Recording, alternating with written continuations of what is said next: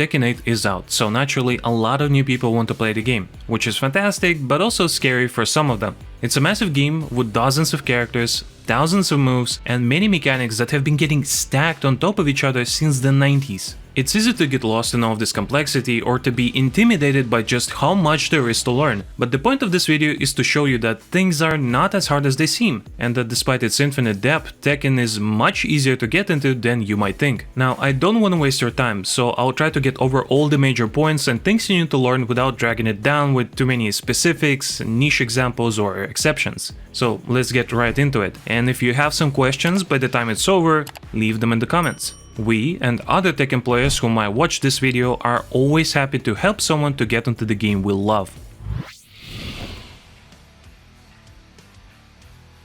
Before going over the things you need to know, I want to cover a few things that you might need to unlearn, which are mostly worries and concerns that people have due to the lack of context or experience. Number 1. Tekken characters have a million moves. It's too much. This is only slightly true. There are lots of moves, but you don't need to know all of them. When you start, you just need a few decent pokes, like a quick low, a safe mid, a launcher, your quick punisher, and knowing your armor moves is also quite helpful. Finding those will still take some time, but it's much easier and more importantly useful than trying to memorize the whole list. Number 2, Tekken requires high execution. In reality, it's one of the easiest fighting games when it comes to execution until you get to a certain level of play where the speed and precision of your inputs start to play a bigger role. Until then, Tekken is very easy to play. There are some exceptions like Kazuya here. He very much rewards players who can do consistent frame-perfect inputs or have a smooth crouch dash, but it's not a requirement to play the character to win matches or to have a good time. And no, you don't need to know how to do a Korean backdash to play Tekken, especially thanks to improved backdash recovery in Tekken 8. Number 3. Which characters are beginner-friendly? None of them, but also all of them. Usually this question comes from people who have a background in 2D fighters, because in something like Street Fighter, there is an obvious gap between beginner-friendly characters like Ryu or Honda and more complicated characters like Dhalsim and JP. This is not the case in Tekken.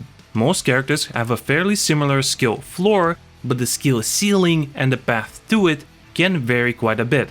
But as a beginner, that's not something you should worry about. What you should worry about is finding a character that you find cool and fun to play, because without fun, why even play?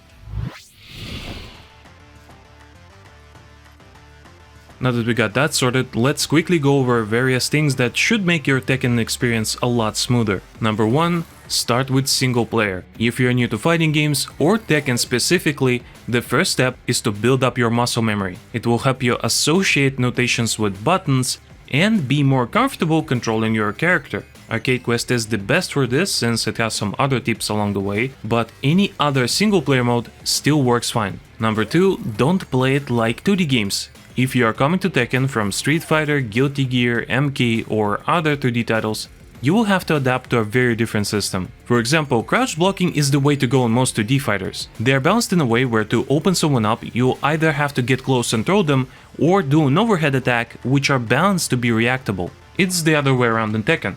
Crouch makes you vulnerable to getting launched by a fast mid attack.